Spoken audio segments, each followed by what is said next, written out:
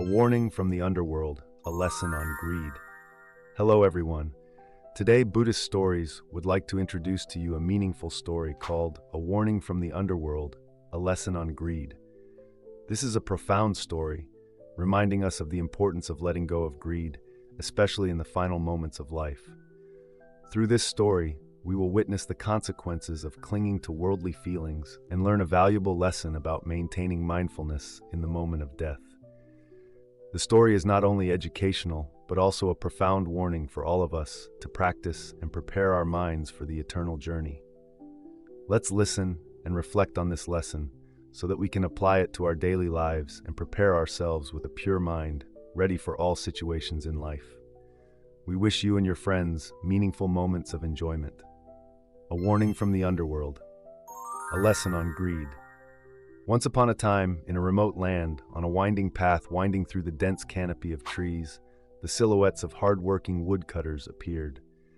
They carried heavy bundles of firewood on their shoulders, walking hurriedly towards a small village nestled on the mountainside. The sound of footsteps, panting, and the sound of wood hitting each other created a melody typical of mountain life. Gradually, those bustling sounds also subsided, giving way to the all-encompassing silence. Darkness gradually covered the old forest, creating a mysterious and magical picture. Occasionally, the temple bell echoed from afar, its deep and high-pitched sound like a reminder to travelers still lost in the wilderness. The bell sounded like a warning and a consolation, urging those who were still slow to quickly find their way back to peace. Suddenly, a terrifying howl rang out from deep within the mountain, making the atmosphere even more terrifying. That howl seemed to signal that the hunting hour had come for all beasts.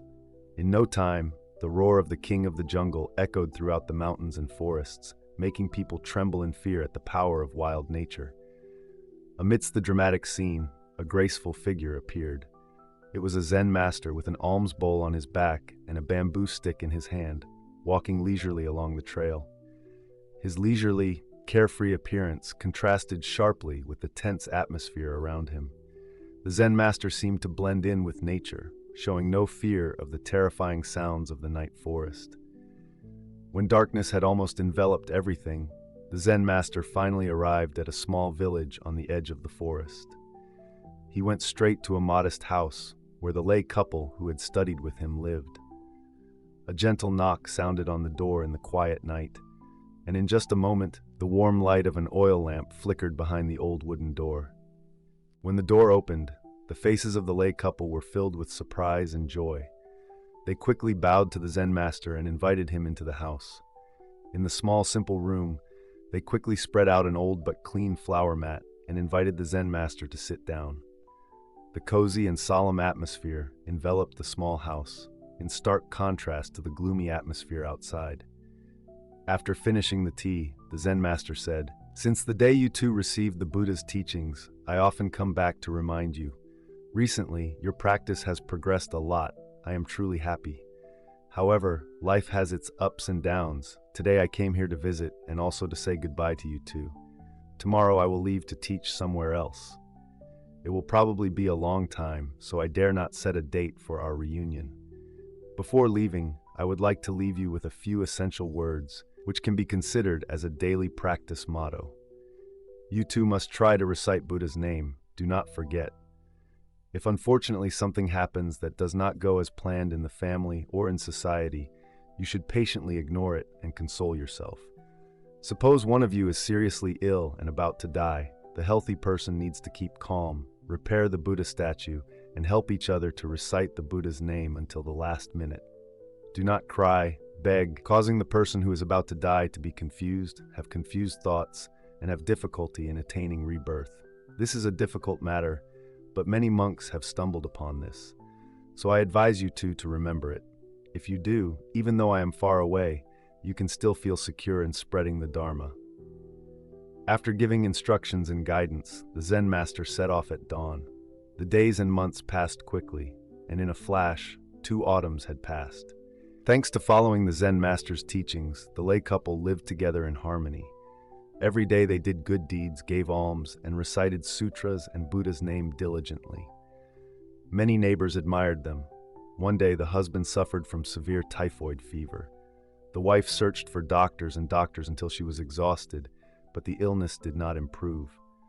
Finally, thanks to her cousin who did not mind the long journey to bring her back, a famous doctor was invited. After taking her pulse, the famous doctor said, "This illness will not be cured today because the pulse is gone. You should not waste your time and money seeking treatment anymore. You should only take care of things for your old age." The wife was in despair, mentally disturbed, and had completely forgotten the Zen Master's instructions. The husband lay unconscious. In this situation, because of his love for her husband and his fate, the wife buried her face next to her husband and cried endlessly. When the husband opened his dazed eyes to look at his wife for the last time, the wife leaned close to her husband, sobbing and pleading, "Honey, how can you bear to die and leave me alone? Before, we shared suffering together, joy and sorrow together. Why are you now leaving me alone, honey?" In that fateful moment, the husband felt his heart torn apart by his beloved wife's heartbreaking cries. Her sorrowful words were like arrows piercing his weak heart. The feelings of love and affection that had accumulated over the years suddenly surged like a tide, drowning all thoughts of Buddhahood and the liberation that he had always longed for. His tear-filled eyes turned to his wife's haggard face. That last look contained an ocean of emotions: love, regret, and indescribable pain. Two streams of tears silently fell, as if wanting to convey all the things he had not yet said. Then, with a trembling breath, he gently closed his eyes, leaving this world forever. But that was not the end. The husband's spirit, which was ready for a new journey, was suddenly pulled back by an invisible string of love. It escaped from his closed eyes, but instead of flying up, it was drawn towards the tear-stained face of his wife who was falling down. In a fateful moment, the spirit entered his wife's nostrils, transforming into a tiny creature, a worm. Her husband's death was like a knife cutting off the wife's fragile thread of happiness. Despite the extreme pain, she still tried to maintain her spirit to fulfill her final duty to her beloved husband. The funeral was organized thoughtfully and solemnly. She devoted herself to repaying the kindness of her neighbors, as if trying to hold on to the last fragments of her past happy life. When everyone had returned home, the surrounding was quiet. Loneliness like a wild beast came, tearing at the widow's heart. The house that was once filled with laughter and talk now became cold and empty to the point of being terrifying. She sat blankly by her husband's altar, tears streaming down her face. Strangely, the more she cried, the more her nostrils swelled and ached terribly. The pain felt like it was about to tear her face apart, but compared to the pain of losing her husband, it was nothing. Day after day she cried and complained, and the pain piled up. The people around her, no matter how much they tried to comfort her, could not ease the pain in the heart of this ill-fated woman.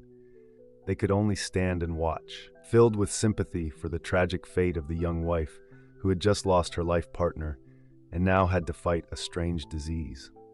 One day, the Zen Master returned to visit. As soon as he was seen, his wife rushed out, crying and telling him what had happened. The Zen Master gently said, "Please be quiet.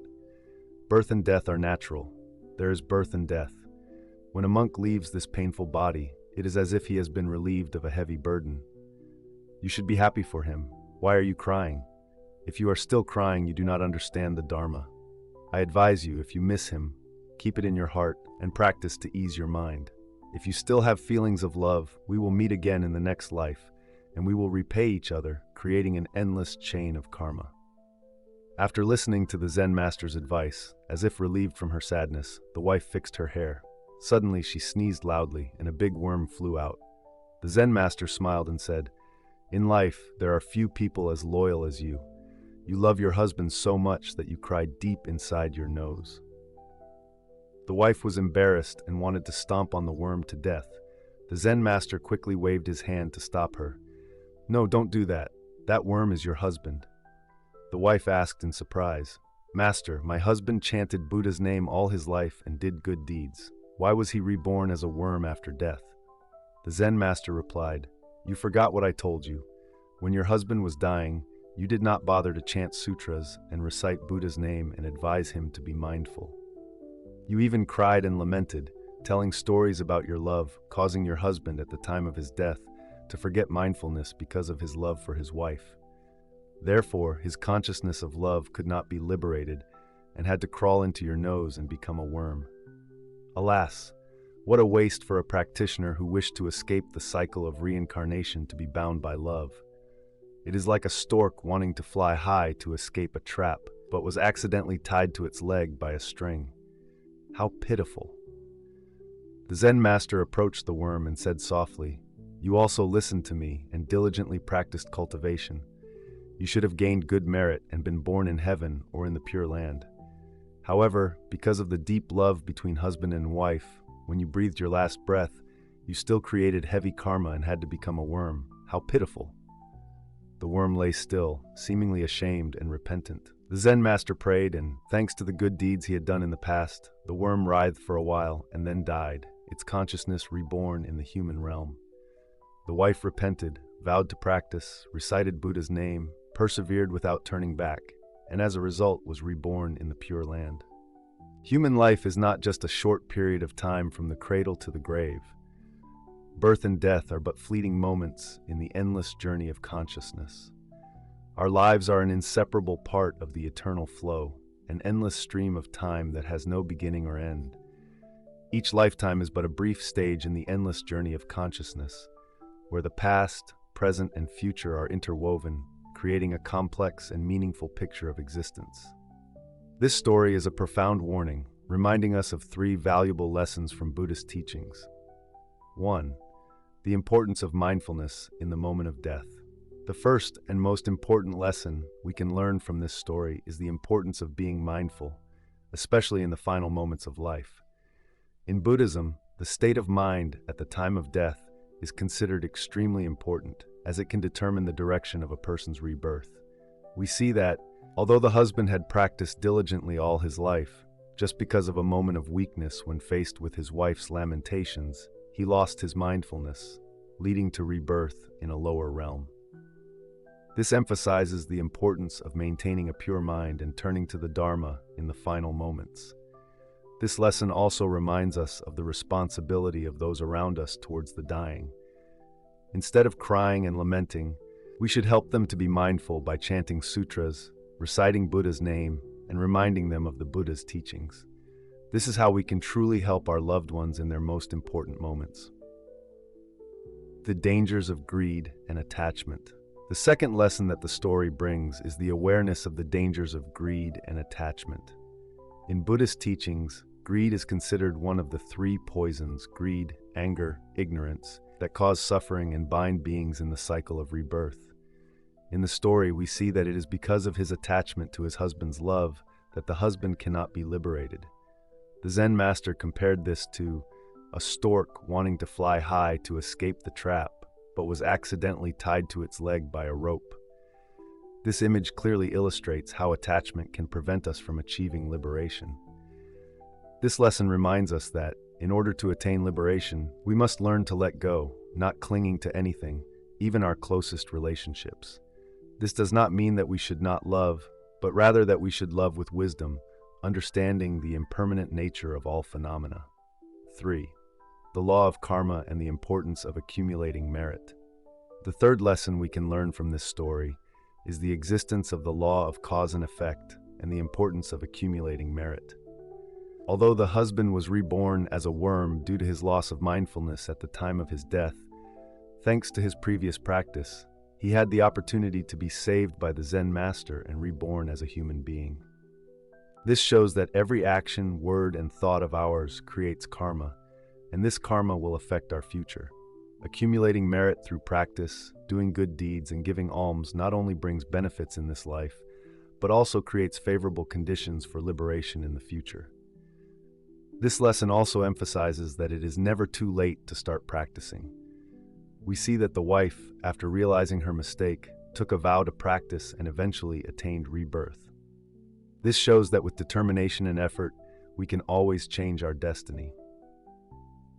The story A Warning from the Underworld is not just a simple story, but also a profound lesson of Buddhism, reminding us of the importance of practicing and preparing our minds for the eternal journey. It emphasizes that every moment in life is important, and every action, word, and thought can affect our future. Through this story, we are reminded that life is not limited to one lifetime. Instead, it is a long journey in which each of us has the opportunity to learn, grow, and ultimately achieve liberation. By practicing mindfulness, letting go of craving, and accumulating merit, we can gradually move closer to the ultimate goal of enlightenment. This story is a reminder to us of the importance of living consciously and practicing constantly. Because as the story points out, no one knows when their last moment will be. So let us live each day as if it were our last, with compassion, wisdom, and mindfulness. Only then can we hope to transcend the cycle of rebirth and attain final liberation. Dear ladies and gentlemen, you have just listened to a video from the Buddhist Folktales collection, which is broadcast at 7 p.m. every Tuesday, Thursday, and Saturday on the YouTube channel Buddhist Story, Master You. We sincerely thank you for watching. To not miss the upcoming episodes, please remember to subscribe to the channel and turn on notifications. If you find the content useful, please share this video with your family and friends. Your feedback is very valuable to us. Please leave a comment below the video so we can discuss and share together. Thank you, and we look forward to seeing you in the next video. Namo Sakyamuni Buddha.